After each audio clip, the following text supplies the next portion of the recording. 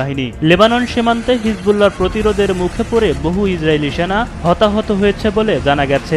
পরিস্থিতি এতটাই ব্যাপক আকার ধারণ করেছে যে আহত ইসরায়েলি সেনাদের উদ্ধারে উত্তর ইসরায়েল সীমান্তে অন্তত অর্ধশতাধিক অ্যাম্বুলেন্স প্রস্তুত করে রাখা হয়েছে। লেবাননের অভ্যন্তরে আহত হওয়া সেনাদের হেলিকপ্টারের সাহায্যে উদ্ধারের পর সেই অ্যাম্বুলেন্সে তুলে নিয়ে যাওয়া হচ্ছে বিভিন্ন হাসপাতালে।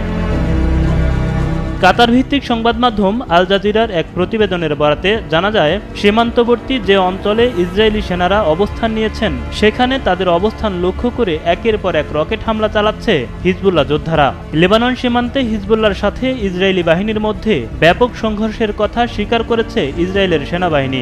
এমনকি এই ঘটনা হিজবুল্লাহর পক্ষ থেকেও নিশ্চিত করার কথা জানা গেছে। স্থল অভিযানের শুরুতেই মুখোমুখি অবস্থানে থেকে বড় ধরনের এই সংঘর্ষ ইসরায়েলি বাহিনীর জন্য অনেক বড় বার্তা বলে মনে করেন বিশ্লেষকরা। ইসরায়েলি সামরিক বাহিনী জানিয়েছে, সম্প্রতি ইসরায়েলের ৯৮তম এলিট ডিভিশনের সেনারা লেবাননে স্থল অভিযান শুরু করে। এই ডিভিশনটি ২ সপ্তাহ আগেও গাজায় হামাসের বিরুদ্ধে লড়াইয়ে অংশ নিয়েছিল।